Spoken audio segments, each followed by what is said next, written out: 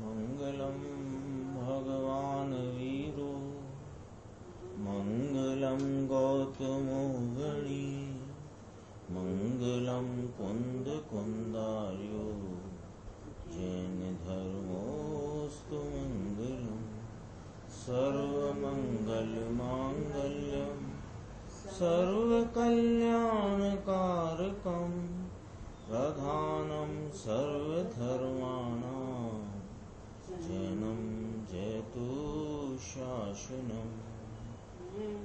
नमो तीर्थनायक को नमो ओंकारवाणी को नमो उन कुंद प्रभु को जिन्होंने ओंकार धारण की। आहो उपकार जिनवर का कुंद का दिव्य वाणी का जिन कुंद ध्वनि दाता उन कहान स्वामी का। नमिऊण जिनम वीरम अनंत वर्णान दंसन सहावम भोक्ष्यामिनियम सारम केवली शुद्ध केवली भणिदम।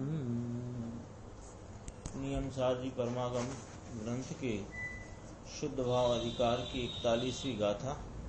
इस पर गुरुदेव श्री के व्याख्यान में जो मुख्य बिंदु हैं उन पर अपन चर्चा करते हुए इसका 117 नंबर का पेज है। कारणकारी नियम भाग 2 पेज नंबर 117। कल चर्चा 4 भावों की संक्षिप्त में करके फिर पारणामिक भाव की चर्चा कल चलती थी। पारणामिक भाव माने सम्यक दर्शन का विषयभूत भाव जो 4 भावों से न्यारा है।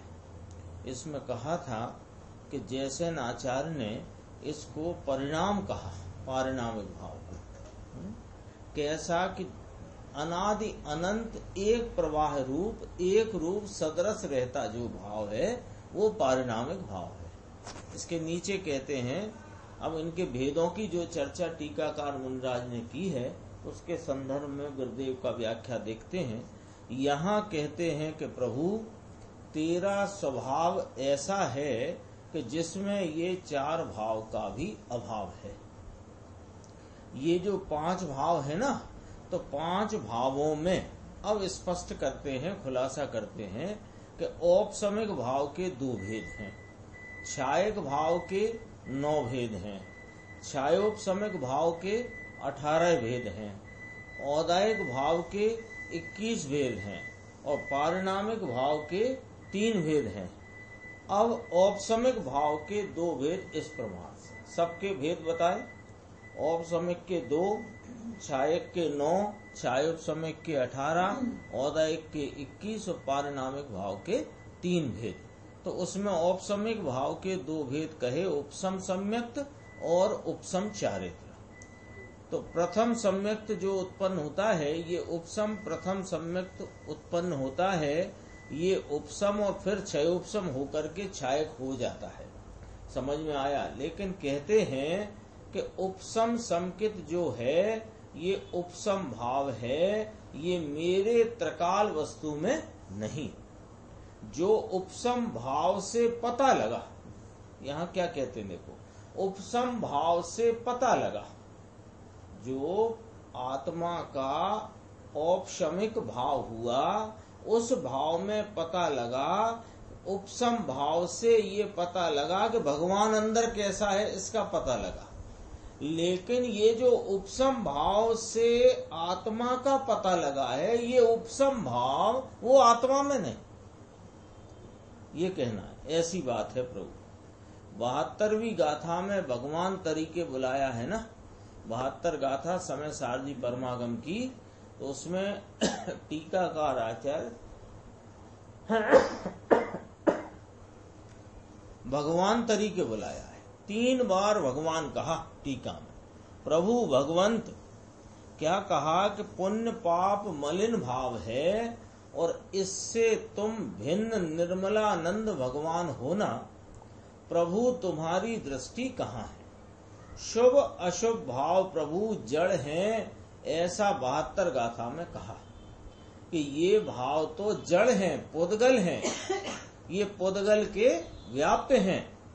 तुम तो चैतन्य होना नाथ, इससे भिन्न तुम्हारी चीज अंदर है भगवान, ऐसा कहा तो 3 बार भगवान कहकर पुकारा गाथा की टीका में कि असुचिता से भिन्न भगवान आत्मा, जड़ से भिन्न भगवान आत्मा, और पुण्य पाप के भाव दुख रूप हैं, इनसे रहित ये भगवान आत्मा है, ऐसा लिया समझ में आया। ये थोड़ी गुरुदेव ने अपने समय सार की स्वाध्याय संदर्भ की चर्चा ली है, अपन पढ़ते हैं। देखो इसको थोड़े अपने भी जानकारी में ये बात आनी चाहिए। समय सार के व्याख्यान की शुरुआत संप्रदाय में थे ना जब गुरुदेव, तब करी थी। संवत 1990 का चौमासा राजकोट में था, उसके पहले 1989 की साल में, ये याद किया 1990 के चौमासा राजकोट में था, उसके पहले वाली साल में सभा में व्याख्यान की शुरुआत समय सार की गई। यानी संवत 78 में गुरुदेव को समय सार मिला और लगभग 11 साल बाद उनने उसको सभा में वाचना शुरू किया। लेकिन उनकी सब बातें, भले वो समय सार वांचते नहीं थे, पर समय सार की बातें उनकी सभा में तो 78 से ही आना शुरू हो गई थी। तो 89 की साल में 3-3 हजार, क्या कहते हैं, सदर में चौमासा था। 90 की साल कितने वर्ष हुए? 10 और 45 वर्ष।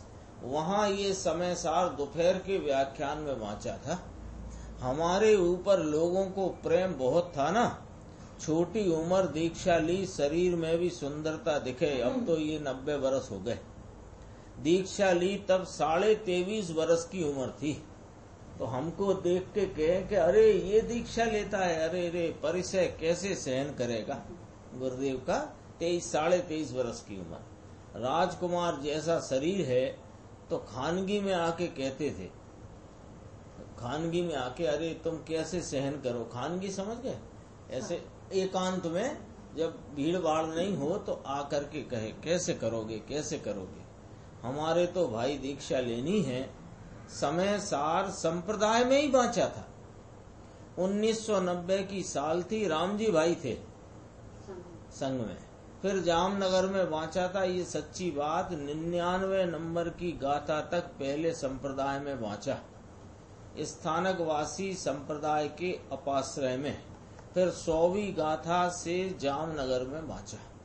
फिर जामनगर की एक घटना सोलेरियम की उन्होंने ली है। अपन आगे चलते हैं और ये जो अपना विषय चल रहा है गाथा 41 का, वहाँ आकर के अपन आगे आते हैं। बीच में सैनिक राजा का भी गुरुदेव ने काफी संदर्भ लेकर के उन्होंने उनके वो बचपन में वो जो सब बात थी बच्चे की, वो सब लेकर के बात करी। अपन यहाँ आते हैं 120 पेज पर। यहाँ कहते हैं कि छायक संकित भी आत्मा में नहीं। छायक भाव के 2 भेद कहे, एक छायक संकित और एक यथाख्याचारित, ऐसे करके। ये आत्मा में नहीं, द्रव्य में नहीं, यानी जहाँ दृष्टि लगानी है, जिसे दृष्टि का विषय बनाना है, जो दृष्टि का विषय रूप अपना निज भगवान आत्मा है, उसमें छायक भाव के भेद नहीं है। और जिसकी दृष्टि से सम्यक दर्शन होता है, इस चीज में तो छायक संकित भी नहीं। अरे प्रभु, ऐसी चीज अंदर चैतन्य हीरा, जैसे हीरे में बहुत पासे होते हैं ना, हीरा जो पहनने में उपयोग करते हैं तो उसकी कटिंग करके बहुत पासे होते हैं, ऐसे अनंत गुण के पासे इस चैतन्य हीरा में अंदर भरे पड़े हैं। पूर्णानंद प्रभु छायक संकित है, छायक का एक भेद ये भी इसमें नहीं। वस्तु द्रव्य में पर्याय नहीं भैया, पर्याय ऊपर तरती है, ऊपर ऊपर तैरती है। जैसे पानी के जल राशि में तेल का टीपा तैरता है, ऐसे। सुबह आया था। पर्याय द्रव्य में ऊपर तरती है, चाहे तो छायक भाव होए। केवल ज्ञान, केवल दर्शन, अनंत सुख, अनंत चारित्र का जो भाव होए, यथाख्यात चारित्र का, वो पर्याय का भाव इस द्रव्य स्वभाव में प्रवेश करता नहीं, ऊपर ऊपर तैरता है, द्रव्य में प्रवेश नहीं करती। प्रभु तुम इतने महान हो, तुम्हारी इतनी महानता है कि छायक पर्याय और केवल ज्ञान की पर्याय भी तुम्हारे अंदर प्रवेश करती नहीं, ऊपर ऊपर तैरती है। ऐसा परमात्मा का सत त्रिलोकनाथ तीर्थंकर ऐसा दिव्य ध्वनि द्वारा सभा में सुनाया, और ये कुंद कुंद आचार्य लेकर के यहाँ आए हैं। ये पुस्तक के लिए तो ऐसा कहा, कौन ने? कुंद कुंद आचार्य ने, कि ये मैंने मेरी भावना के लिए बनाया है।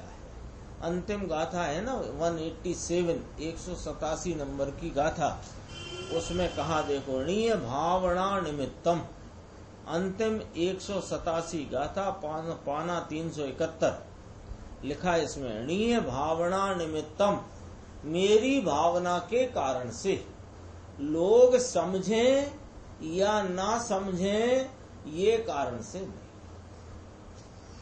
जैसे समय सार में तो कहा कि लोगों ने अनादि से भोग बंधन आदि की कथा ही सुनी है, परिचय में आई है, अनुभव में आई है, और यह भगवान आत्मा की बात तो कभी सुनी नहीं, अनुभव में आई नहीं, परिचय भी हुआ नहीं। इसलिए मैं इस एकत्व विभक्त आत्मा की बात कहूंगा और तुम अपने अनुभव से प्रमाण करना। समय सार में तो यूं कहा, पर नियम सार में कहा, णीय भावना निमित्तम, निज भावना के निमित्त मैंने ये ग्रंथ की रचना की है। तुम समझना कि न समझना, हमें इससे कोई मतलब नहीं। पंचास्तिकाय देखो, मये कदम, ये समय सार, प्रवचन सार, पंचास्तिकाय, अष्टपाहुड़ में भी ये किया, ऐसा शब्द कहीं नहीं होए। वहां कहा बोक्ष्यामि, कहता हूं, मेरे लिए किया है, ऐसा इन 4 ग्रंथों में न कहा। इसमें कहा णीय भावना निमित्तम, ये तो मैंने मेरे लिए बनाया है। 6वें 7वें गुण स्थान में झूलते हुए भावलिंगी संत एकाद भव करके केवल ज्ञान प्राप्त करके मोक्ष जाने वाले हैं। अभी वैमानिक में स्वर्ग में गए हैं, वहां से निकलकर मनुष्य होकर केवल ज्ञान प्राप्त करके मोक्ष जाने वाले हैं। ये कहते हैं कि ये नियम सार मेरी भावना के लिए मैंने बनाया है। ये भावना में ऐसा कहते हैं, णीय भावना निमित्तम मये कदम, मैंने किया। नियम सार नाम सुदम रच्चा जिनोपदेशम, जिनेन्द्र परमात्मा का उपदेश बराबर समझ करके, समझी ने लिखा है ना, समझी ने, नियम सार नाम सुदम रच्चा जिनोपदेशम, जिनवर के उपदेश को बराबर समझ करके मैंने निज भावना के निमित्त यह नियम सार नाम का ग्रंथ किया है, ऐसा कहा। मैं ये कहता हूँ, लेकिन कैसे कहता हूँ? जिनके उपदेश को बराबर समझकर। सब आचार्य परमात्मा फरमाते। समय सार जी में क्या फरमाया? मैं निज वैभव से कहूंगा। यहाँ फरमाया कि मैं जिनेन्द्र परमात्मा के उपदेश को बराबर समझ करके निज भावना के निमित्त मैं ये कहता हूँ या किया है। रच्चा जिनोपदेशम पुब्बावर दोषणिम मुक्कम, पूर्वा पर दोष से ये बात रहित है। ये लिखा ना, पुब्बा पर दोषणि मुक्कम, पूर्वा पर दोष से रहित है। यानी पूर्वा पर दोष क्या होता है? गुरुदेव समझाते हैं कि पहले कुछ कहा और बाद में कुछ कहा, ऐसा विरोध यहाँ नहीं पड़ता है। ऐसा हाँ, वो उसी की पड़ी ना, उसी रच्चा जिनोपदेशम पुब्बा वर दोषणि मुक्कम, उसी गाथा का ही नहीं। ये तो 187 में से कहते हैं। हाँ हाँ, पूर्वा पर दोष नहीं आता है, ऐसा कहते हैं। पहले कुछ कह दिया फिर कुछ कह दिया, ऐसा नहीं चलेगा, क्योंकि ऐसा जिनवाणी में है नहीं। हाँ, उसमें भी अपन इसी पेज के पेज नंबर अपना चल रहा है 121 121, इसके नीचे देखते हैं। यहाँ तो कहते हैं केवल ज्ञान छायक भाव, केवल दर्शन छायक भाव तथा अंतराय कर्म के 6 जनित निमित्त से कथन है। अभी अपन ने औपसमिक भाव के 2 भेद कहे थे ना, उपसम सम्यक उपसम चारित्र। फिर छायक भाव के भी भेद चले, छायक समकित यथाख्यात चारित्र, ऐसे कहा ना। इसमें आ गए पहले सब, बीच में अपन ने छोड़ दिया था वो, चूंकि अपन ने टीका में पढ़ लिए हैं वो सब।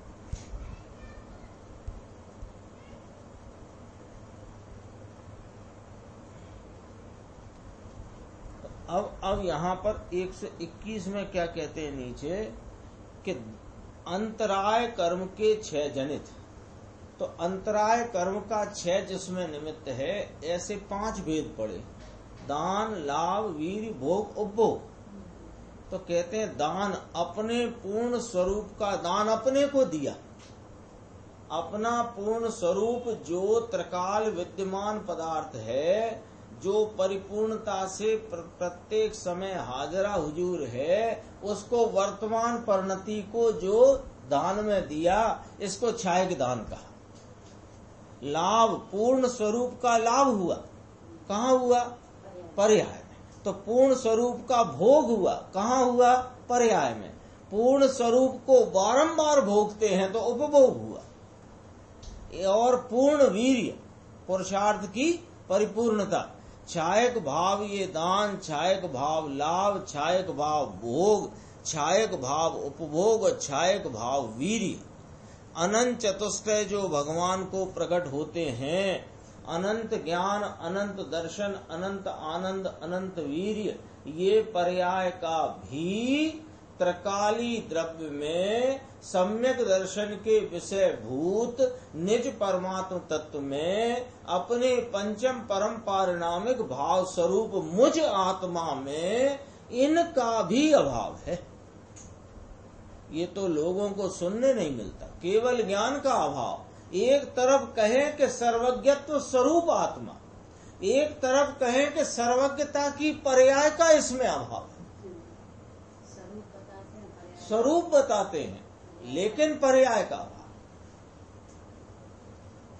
दुनिया का भाग्य है कि ऐसी चीज रह गई है। ये कोई समझो अनेकों अनेकों भव का पुण्य फलित होकर के आ गया है, अनेकों अनेकों भव का।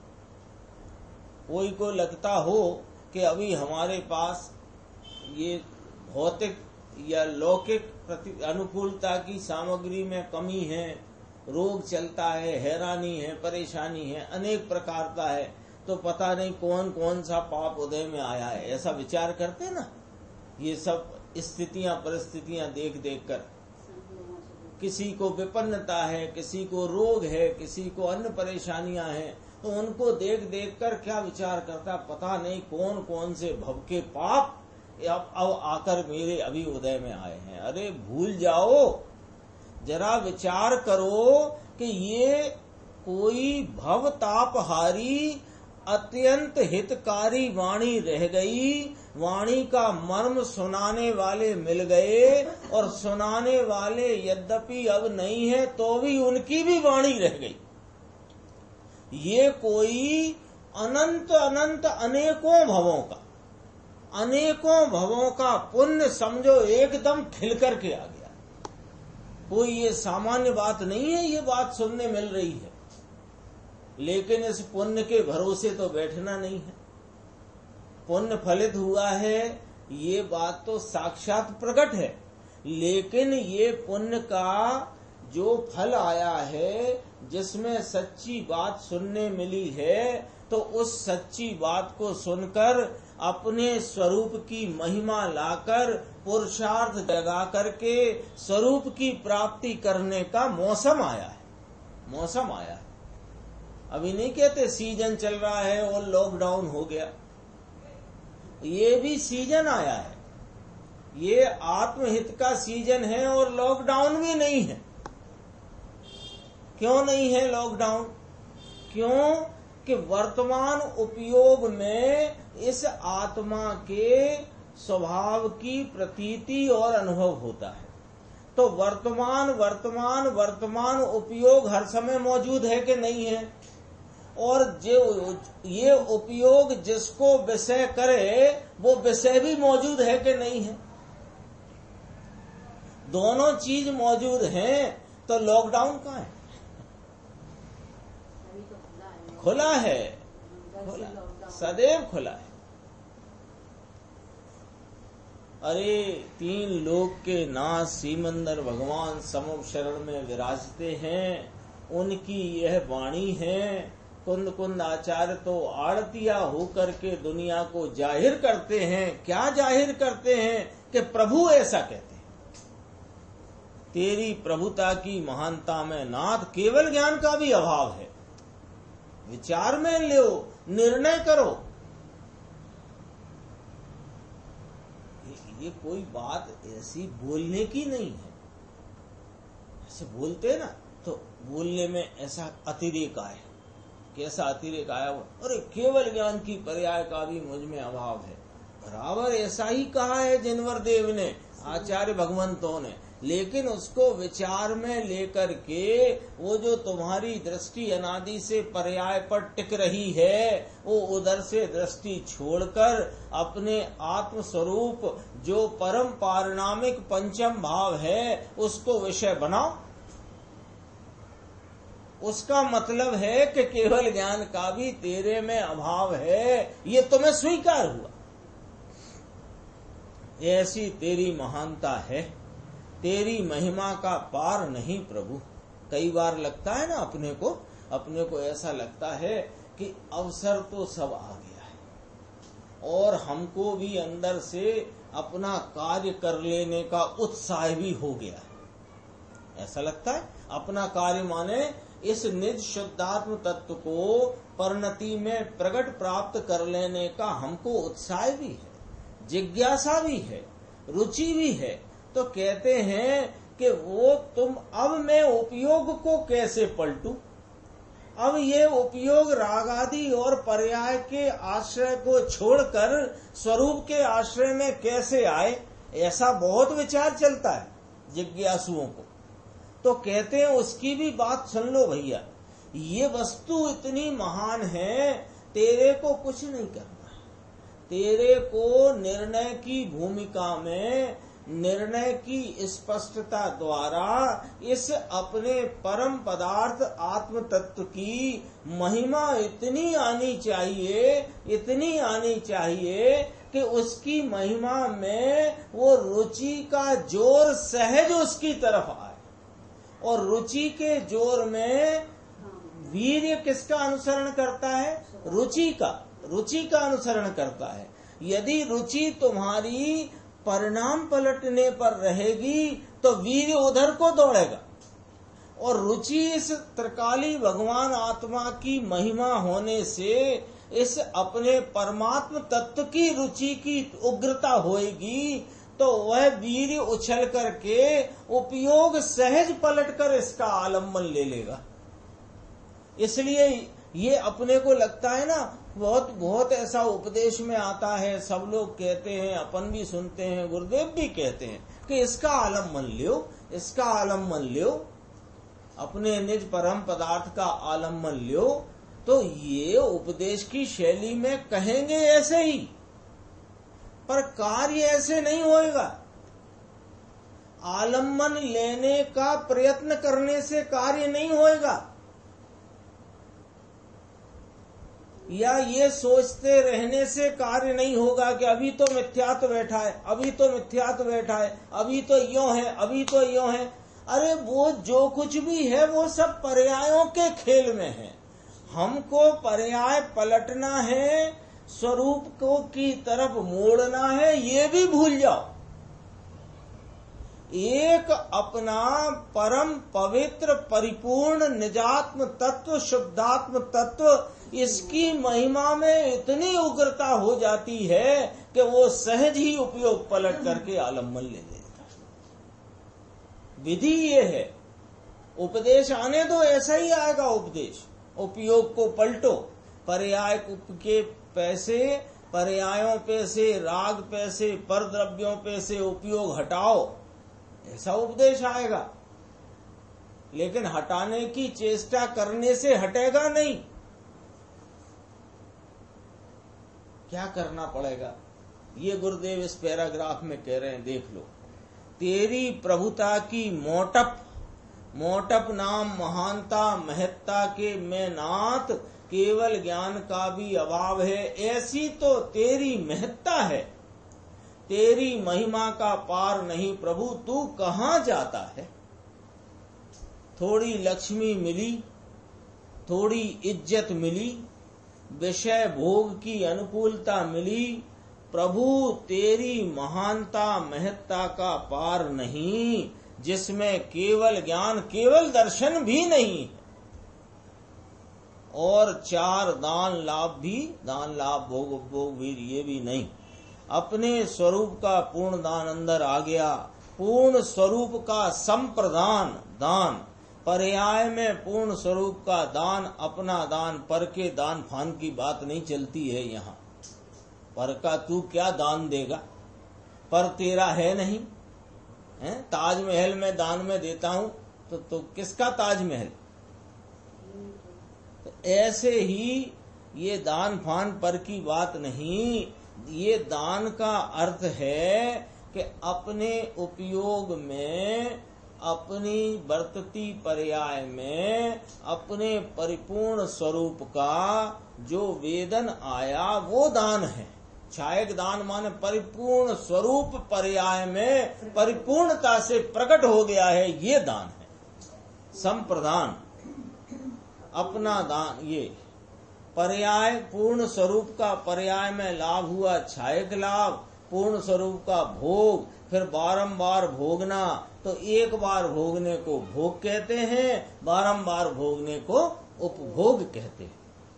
ये उपभोग हुआ, ये छायक भाव प्रगटा, और वीर्य पुरुषार्थ छायक भाव प्रकट हुआ। अरे ये जो छायक भाव प्रकट हुआ है भैया, ये छायक भाव इस द्रव्य में नहीं। किसमें नहीं, मुझ में नहीं। मैं कौन हूं कि मेरी महानता जिसका पार नहीं, कि जिसमें ये वीर का परिपूर्ण प्रकटपना भी मेरे में नहीं। मैं ऐसा अखंड परिपूर्ण पुरुषार्थ स्वरूप वस्तु, ऐसी दृष्टि कराने के लिए सहजात्म स्वरूप प्रभु, इसकी दृष्टि कराने के लिए, सम्यक दर्शन कराने के लिए ये बात करी है। और ये सम्यक दर्शन बिना सब छूता है, व्यर्थ है। ये अपवास करे, लाख करोड़ करे और अरबों का दान करे और लाखों मंदिर बनाए, इसमें संसार का अंत नहीं आता। विशेष कहेंगे। अगला प्रवचन 40 नंबर का है। इसमें अपन अपनी चर्चा छायोपशमिक के जो भेद 123 नंबर पेज पर हैं, यहाँ से प्रारंभ करते हैं। कहते हैं गुरुदेव, आज छायोपशमिक भाव की बात करते हैं। इसके 18 भेद इस प्रमाण से हैं। संक्षेप में अपन पढ़ते जाएंगे। देखो, इसके भेद कहे थे ना, मति ज्ञान, शुद्ध ज्ञान, अवधि ज्ञान, मन पर्य ज्ञान, ऐसे कहे थे।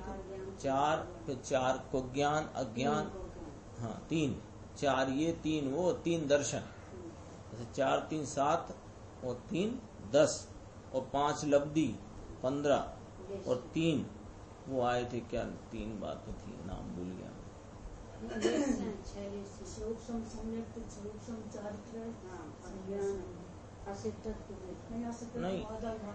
नहीं ये आ गया ना, देखो इसमें 3 और आए थे, वो सब टीका में सब आ गई थी बात। प्रवचन में आगे पीछे होती है ना पूरी। लब्धियां आई है 5 और लब्धियों के बाद आई है 5। अरे वो 3, हाँ संयम, ये वेदक सम्यक वेदक चार्य तो संयमा संयम पढ़ना, ऐसे करके 18 भेद। अपन संक्षेप में इसको देखते हैं गुरुदेव श्री के माध्यम से। 100 पेज नंबर कौन सा है? 123।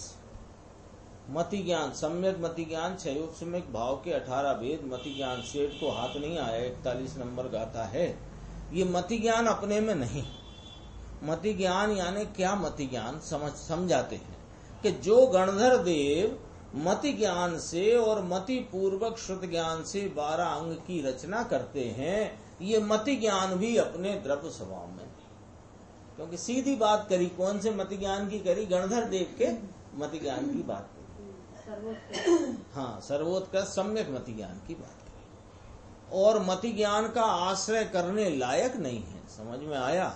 श्रुत ज्ञान पर्याय में 12 अंग का श्रुत ज्ञान होए, लेकिन ये आश्रय करने लायक नहीं। ये शुद्ध ज्ञान की पर्याय द्रव्य स्वभाव में नहीं। पानी के दल में जैसे तेल का टीपा, तेल की बूंद, ये जैसे पानी के बहुत अथाह पानी हो, उसमें तेल की बूंद ऊपर ऊपर चिकास तैरती है, ऐसे भगवान चिदानंद का सागर अमृत का पूर्ण प्रभु, इसमें यह शुद्ध ज्ञान की पर्याय ऊपर ऊपर तैरती है। समझ में आया? सूक्ष्म बात है भाई। ये शुद्ध ज्ञान की पर्याय भी अंदर सम्यक दर्शन का विषय जो द्रव्य स्वभाव है, शुद्ध भाव है ना, ये सम्यक दर्शन का विषय है। इसमें शुद्ध ज्ञान का अभाव है। ये आत्मा में शुद्ध ज्ञान का अभाव है, क्योंकि शुद्ध ज्ञान पर्याय भाव है। कौन सा पर्याय? छायोपशमिक भाव रूप पर्याय भाव है। इसका मुझ इस आत्मा में अभाव है। अरे भाव शुद्ध ज्ञान की बात कहते हैं। यहाँ जो मत शुद्ध अवधि मन पर्याय लिए ना, सम्यक के भेद लिए 4, ये भाव शुद्ध ज्ञान इस आत्मा में नहीं। द्रव्य शुद्ध ज्ञान तो वाणी, वाणी तो जड़ में जाती है। शास्त्र की ये रचना जो है, ये तो जड़ की पर्याय है। उसकी तो यहाँ बात ही नहीं चल रही, क्योंकि वो जीव का भाव ही नहीं है। यहाँ तो जीव के 5 भावों की बात चलती है। अपने में अपना आनंद स्वभाव का भान, भाव श्रुत में विकल्प से रहित निर्विकल्प बने हुए। देखना, थोड़ा क्या कहना चाहते हैं गुरुदेव श्री, थोड़ा पकड़ना इस बात को कि श्रुत ज्ञान की बात कही। श्रुत ज्ञान छायोपशमिक भाव का भेद है। तो श्रुत ज्ञान में जो शुद्ध ज्ञान है, सम्यक शुद्ध ज्ञान विकल्पात्मक वो तो नहीं, लेकिन भाव शुद्ध ज्ञान यानी विकल्प से रहित निर्विकल्प पने उपयोग की शुद्ध ज्ञान की वह क्षयोपशम रूप दशा, जिसमें आत्मा विषय बनकर के उसमें संचेतन रूप है। अरे वो दशा भी मेरे में नहीं। केवल ज्ञान भी नहीं हो तो पीछे आ गई ये बात। समझाते हैं शुद्ध ज्ञान के अंदर कितना लेना। शुद्ध ज्ञान के अंदर पहले विकल्पात्मक ज्ञान में तो गणधर भगवान का ले लिया, 12 अंग का ज्ञान या 12 अंग की रचना करे ऐसी खिलावट शुद्ध ज्ञान रूप, वो भी ले ली। और वह विकल्पात्मक छोड़कर निर्विकल्प अपने स्वरूप को विषय बनाकर स्वयं संवेदन रूप वर्तती भाव शुद्ध ज्ञान की वह उपयोग की निर्विकल्प दशा रूपी जो शुद्ध ज्ञान है, वह भी मेरे इस द्रव्य में नहीं। इसलिए इतनी बात कही। यहां देखो 144 गाथा में आया है, अपन ने सुनी थी ना परसों या 2 दिन पहले। शुद्ध ज्ञान का विकल्प भी छोड़ दे, मुझे शुद्ध ज्ञान इतना प्रकट हुआ है, इसका लक्ष्य छोड़ दे, इसका आश्रय छोड़ दे भाई। तेरी चीज पूर्णानंद से भरी हुई है, इसका यदि आश्रय करना होए, यानी सम्यक दर्शन धर्म की पहली सीढ़ी, पहला सोपान यदि तुझे प्रकट करना हो, तो ये मत शुद्ध ज्ञान का भी द्रव्य में अभाव है। ऐसे ही अवधि ज्ञान की चर्चा करी, ऐसे ही मन पर्याय ज्ञान की बात करी। मन पर्याय क्या? गुरुदेव ने कहा छायक में नहीं आता मन पर यह क्षयोपशमिक ज्ञान का भेद है। किसी ने पूछा तो उसको जवाब दिया। अपन आगे चलते हैं, 125 में भी देख लेते हैं। ये 4 ज्ञान की बात करी, अब 3 अज्ञान की बात करते हैं। कौन कौन से? कुमति ज्ञान, कुश्रुत ज्ञान और विभंग ज्ञान, यानी वो कुअवधि ज्ञान। ऐसे 3 की बात करते हैं। ये आत्मा में नहीं है। कुश्रुत, कुमति और विभंग। विभंग में 7 द्वीप समुद्र दिखाए, मिथ्या दृष्टि को ऐसा क्षयोपशम हो जाता है कि 7 द्वीप और 7 समुद्र देखे। ये विभंग ज्ञान भी पर्याय में वर्तता है भैया जी, द्रव्य में नहीं है। ये समझ में आया? बातें बापू दुनिया से बहुत जुड़ी चीज है। अभी तो इतनी गड़बड़ी हो गई है कि पूरा मिथ्यात्व का पोषण चलता है। यहाँ तो कहते हैं 4 ज्ञान 3 अज्ञान, यह भी आश्रय करने लायक नहीं। पहले तो ये भी आ गया कि केवल ज्ञान की पर्याय भी आश्रय करने लायक नहीं, क्योंकि एक समय की पर्याय नाशवान है। जब ये गाथा का व्याख्यान गुरुदेव श्री ने प्रारंभ किया था तो पहला शब्द बोला था गाथा बहुत सूक्ष्म है। तो अपने को लगा कि ये सूक्ष्म शब्द का प्रयोग गुरुदेव ने काय को किया, इसमें बहुत भेद प्रभेदों की चर्चा है, इसलिए कि नाना ये कोई बात नहीं है सूक्ष्मता की। यहाँ तो केवल ज्ञान की परिपूर्ण दशा जो साधी अनंत काल वर्तती है, ऐसी दशा का भी मुझ में अभाव है, ये बात सूक्ष्म है। वह भावशुद्ध ज्ञान की पर्याय जिसमें यह आत्मा उसकी समस्त सामर्थ्य की प्रकटता हाजिर होकर के स्वाद रूप हो रही है, तो जिस पर्याय में वह स्वाद रूप है वो स्वाद लेती पर्याय का आत्मा में अभाव है। ये सूक्ष्म, ये चर्चा चल रही। देखो, एक समय की पर्याय नाशवान है, प्रभु अंदर द्रव्य स्वभाव अविनाशी त्रिकाल है, अनादि अनंत आनंद का कंद प्रभु अमृत का पूर और ज्ञान के नूर के तेज का सागर। कितनी उपमाएं देखो, ये गुरुदेव के सहज प्रस्फुटित होती हैं उनकी वाणी में। कितनी बात आई। आनंद का कंद, तो कंद शब्द है ना, तो इस कंद शब्द का उपमा रूप है ये। तो शकरकंद, शकरकंद होता है ना, तो उसमें कहीं सुई भी चुभो के ऐसे चखो तो मीठा लगे। ऐसे ये आनंद का कंद एक, अमृत का पूर, पूर माने प्रवाह, प्रवाह कैसा अखंड चलता है जो, तो अमृत का पूर और ज्ञान का नूर, नूर माने प्रकाश, ज्ञान का नूर और प्रकाश। और कैसा प्रकाश? चंद्रमा का प्रकाश नहीं कहा, सूर्य का जैसे प्रकाश तेज रूप होता है, प्रताप रूप होता है, ऐसे ज्ञान के नूर के तेज का, फिर भी अभी कहना क्या है, उसका सागर। कितनी बात, किसकी महिमा कर रहे हैं? इस परमात्मा तत्व की महिमा कर रहे हैं, ये शुद्धात्म तत्व की महिमा कर रहे हैं। कैसा है? अनादि अनंत है, आनंद का कंद है, अमृत का पूर है, ज्ञान के नूर का तेज और उसका सागर।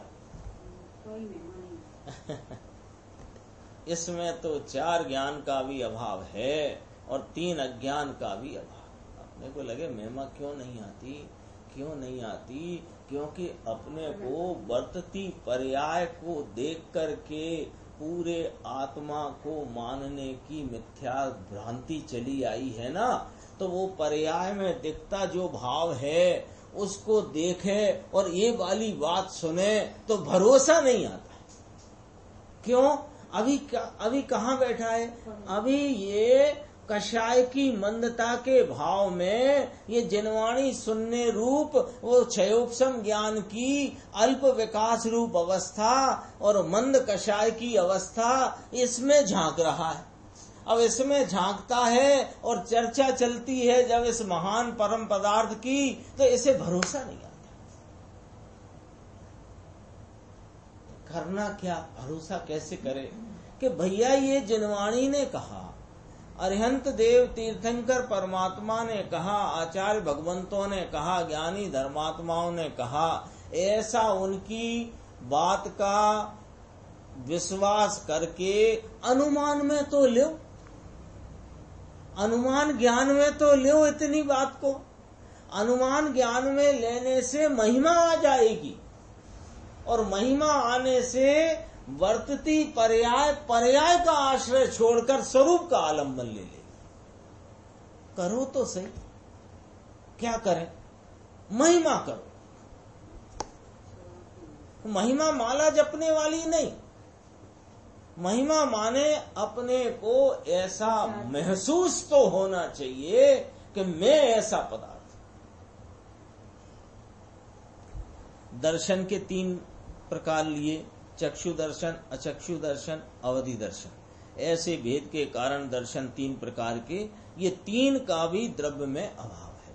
सम्यक दर्शन का विषय जो अंतर ध्रुव त्रिकाली परमात्मा, इसकी दृष्टि से लक्ष्य से सम्यक दर्शन होता है। अभी तो धर्म की पहली सीढ़ी, धर्म का पहला सोपान, इसमें तो भैया 4 ज्ञान 3 अज्ञान का भी अंतर में अभाव है, और ये 3 दर्शन कहे इनका भी इसमें अभाव है। इनके ऊपर दृष्टि करने से सम्यक दर्शन होता है। किसके, कि जहां इनका अभाव। ये तुम्हारे संसार का चौपड़ा नहीं है भैया, ये दूसरी जात का चौपड़ा। चौपड़ा माने पुस्तक, खाता। धन्ना लाल जी को याद किया, अपने ग्वालियर के थे ना धन्ना लाल जी, उनको याद किया। ये सब चर्चा ली, चक्षु दर्शन, अचक्षु दर्शन, अवधि दर्शन की। नीचे काल लब्धि की बात कही, इसमें भी थोड़ी अपन चर्चा गुरुदेव श्री की देखते हैं इसी पेज पर नीचे। अब ये एक नई बात आई। क्या बात आई? काल लब्धि। काल लब्धि यानी क्या? 5 के नाम आते हैं ना, क्षयोपशम लब्धि, करण लब्धि, देशना लब्धि, विशुद्ध लब्धि, प्रायोग लब्धि, ऐसे 5 बोल आते हैं ना। तो समकित प्राप्त होने के पहले 5 बोल आते हैं। अरे लेकिन ये बोल का आश्रय करने से नहीं आते हैं। ये जीव को बड़ा चक्कर पड़ा हुआ है। जब विधि बताते हैं अथवा प्राप्ति की प्रोसेस में क्या होता है ये थोड़ा समझाते हैं, तो ये उस आत्मा को की महिमा तो करता नहीं, ये वो लब्धियां गिनने बैठ गया।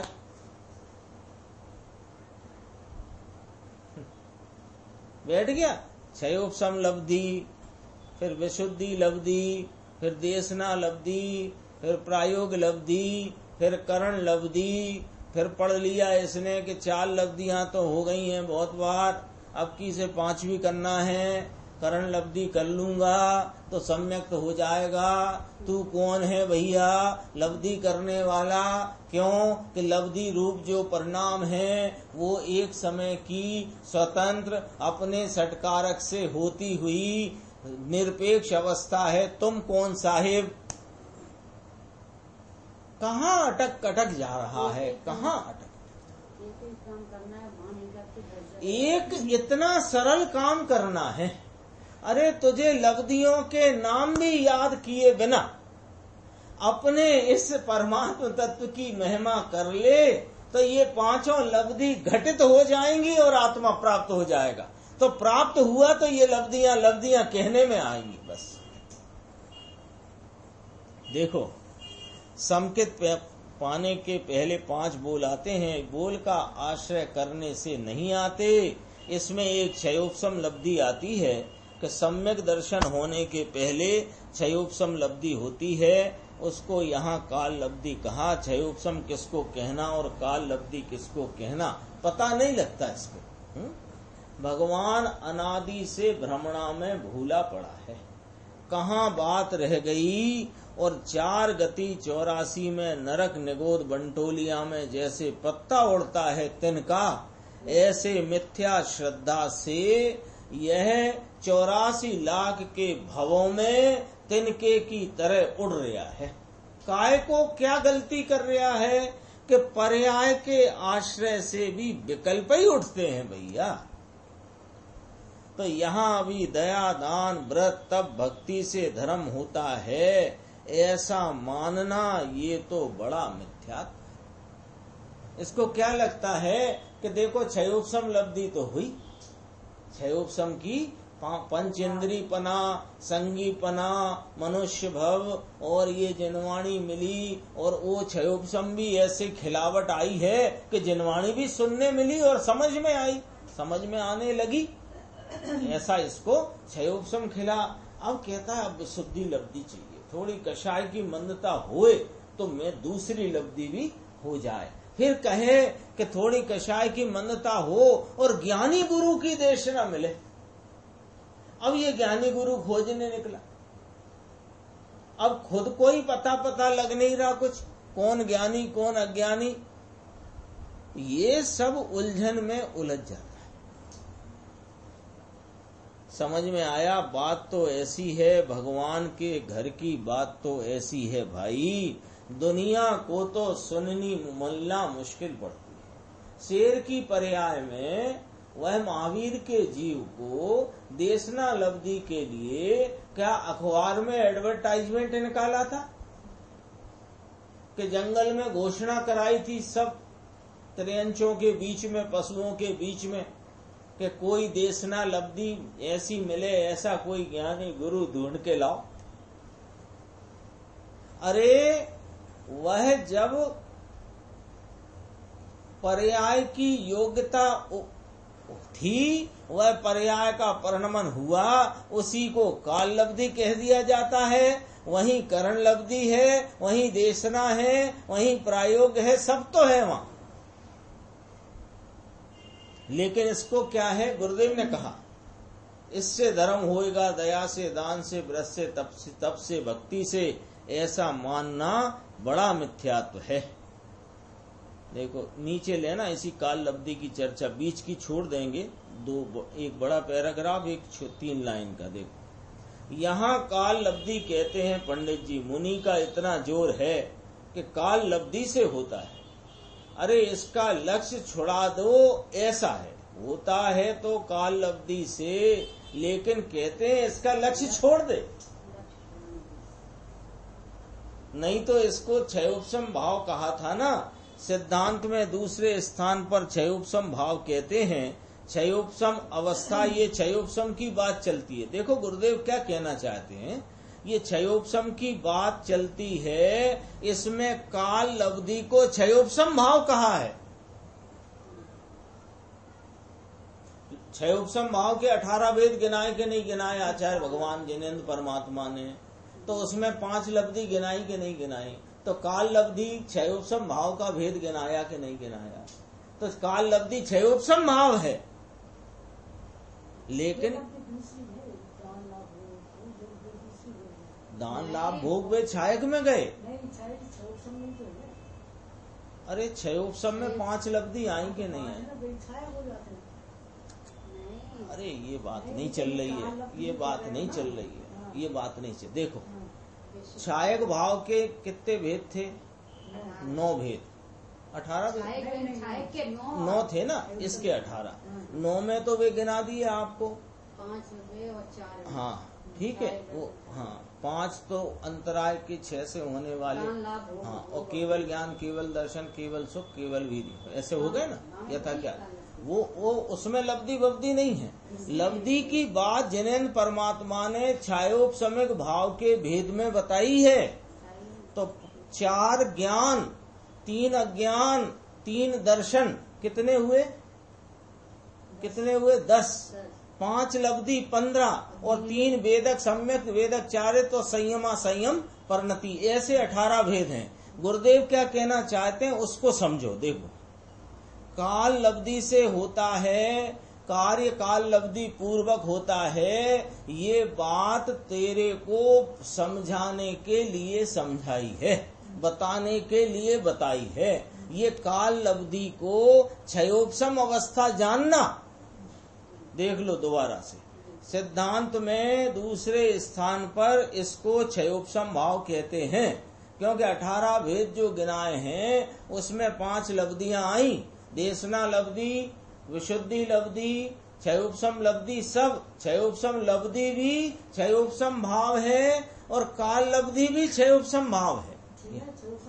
यही तो कह रहे हैं, यही तो सुनो आप, देखो क्षयोपशम अवस्था, ये क्षयोपशम की बात चलती है। इसमें काल लब्धि को क्षयोपशम कहा। काल लब्धि का भी स्वरूप में तो अभाव है। क्यों? अरे क्षयोपशमिक भाव का सबका अभाव है, क्षयिक भाव का अभाव है। समझ में आया? ऐसा तो पहले से कहते हैं। अब सुनो कि काल लब्धि का ज्ञान कब होता है, ये पकड़ना जरा बात। काल लब्धि का ज्ञान कब होता है कि स्वरूप चिदानंद भगवान पूर्णानंद का अनुभव होता है। ये 4 भावों से न्यारा अपने पंचम परम पारणामिक भाव के आश्रय से जब उस पूर्णानंद के नाथ का अनुभव होता है, तब काल लब्धि का सच्चा ज्ञान होता है। समझ में आया? यहाँ तो 1972 की साल से हम कहते हैं, 1972 माने दीक्षा के अगले वर्ष से, 1972 की साल से 63 वर्ष हुए। काल लब्धि का अर्थ जो कोई ऐसा कहे कि होना होएगा तब होगा, अपने को तो कुछ करने का नहीं, स्वभाव का पुरुषार्थ करना नहीं, ये काल लब्धि धारणा में ले ली तो इससे क्या हुआ।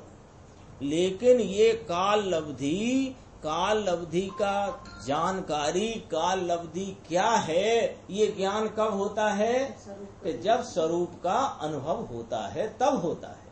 ये शास्त्र में पढ़ करके काल लब्धि में ही कार्य होता है, ये जानकर अब पुरुषार्थ करना क्या, ऐसा ये नहीं चलता। हाँ, तो ये गुरुदेव कहते हैं, हम संवत 72 से ये बात कहते आए हैं। उनके सामने प्रश्न उठा गुरुदेव की सभा में कि काल लब्धि में ही जब कार्य होता है, अथवा जो केवल ज्ञानी ने जो कार्य जब होता देखा है तब वो होएगा, हमें क्या करना है। तो उनने कहा कि तुम अभी केवल ज्ञान का स्वरूप ही नहीं जानते। केवल ज्ञानी ने कहा है कि जो कार्य अपने स्वकाल में होता है वह उसकी काल लब्धि है, यानी काल लब्धि पूर्वक कार्य होता है। ये बात केवल ज्ञानी ने कही, तो इसमें हमें क्या करना है। तो कहते तुम्हें अभी केवल ज्ञान का निर्णय करना है, तुम अभी केवल ज्ञान का क्या स्वरूप है ये नहीं जानते। और केवल ज्ञान का स्वरूप कौन जानता है?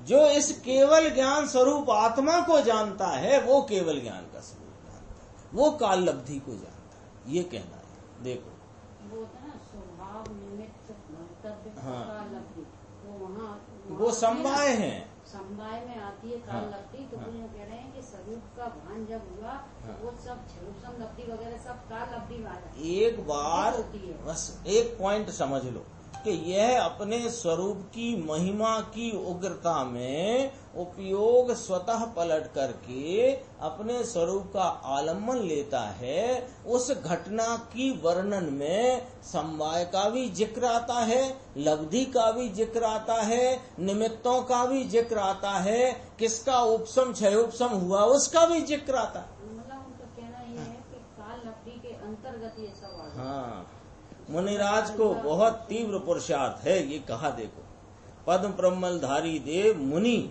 बहुत पुरुषार्थ कहते हैं, काल लब्धि तेरे स्वरूप में नहीं, तेरे स्वरूप तो उसकी दृष्टि करने से सम्यक अनुभव होता है, और जब समकित होता है तब अतीन्द्रिय आनंद का स्वाद आता है। ये चौथे गुण स्थान में समकित, फिर 5वां और 6वां गुण स्थान तो आगे की बात है बापू, ये तो बहुत आगे की बात है। अभी यहाँ तो चौथे गुण स्थान में क्या करना कि काल लब्धि का लक्ष्य छोड़कर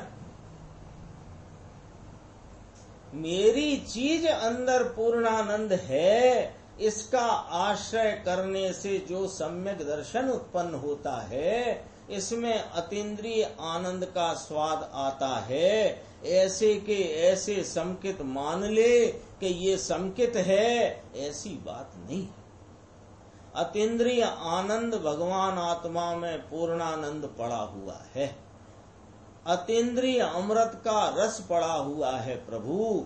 उसके स्वाद का अंश काल लब्धि का लक्ष्य छोड़कर द्रव्य स्वभाव की दृष्टि करे तब आता है। इतनी बात में बहुत महत्वपूर्ण बात गुरुदेव श्री ने फरमाई है और गाथा 41 के संदर्भ से फरमाई है। क्या फरमाई है? 2 मिनट में अपन बात पूरी करते हैं। देखो, यहाँ काल लब्धि का संदर्भ लेकर बात करी तो कहाँ से बात उठी है कि ये जो 4 भाव है ना, छायक भाव, औपसमिक भाव, औदैक भाव और छायोपसमिक भाव, ये चारों ही भाव इस आत्मा से भिन्न है। ठीक है, इन 4 भावों से यह आत्मा अगोचर है। इसका अर्थ है कि इन 4 भावों में अथवा इन 4 भावों के किसी भी भेद के भेद रूप भाव का आलम्बन लेने से यह पंचम परम पारणामिक भाव गोचर ही नहीं होता, प्राप्त ही नहीं होता। ये बात तो स्पष्ट है, ठीक है ना। अब यहाँ काल लब्धि का विशेष संदर्भ लेकर चर्चा करी। ये जीव अटक कहाँ पर रहा है? कहीं विशुद्धि लब्धि के लक्ष्य में पड़ा है, कभी देशना लब्धि के लक्ष्य में पड़ा है, कभी प्रायोग्य लब्धि के लक्ष्य में पड़ा है, कभी करण लब्धि में पड़ा है, कहीं काल लब्धि में पड़ा है। अनेक प्रकार से ये पड़ा हुआ है ना। वो भले समवाय में आती है कि लब्धि में आती है, प्रश्न वो नहीं है, पर है छायोपसमिक भाव में, है ना। तो कहते हैं कि इन सब का लक्ष्य छोड़कर द्रव्य स्वभाव की दृष्टि करे तब तेरे को तेरे इस पंचम परम पारणामिक भाव के दर्शन तेरे औपसमिक या छायोपसमिक या छायक भाव में होंगे। आगे की चर्चा अपन अगली स्वाध्याय में करेंगे। निज निधि निज में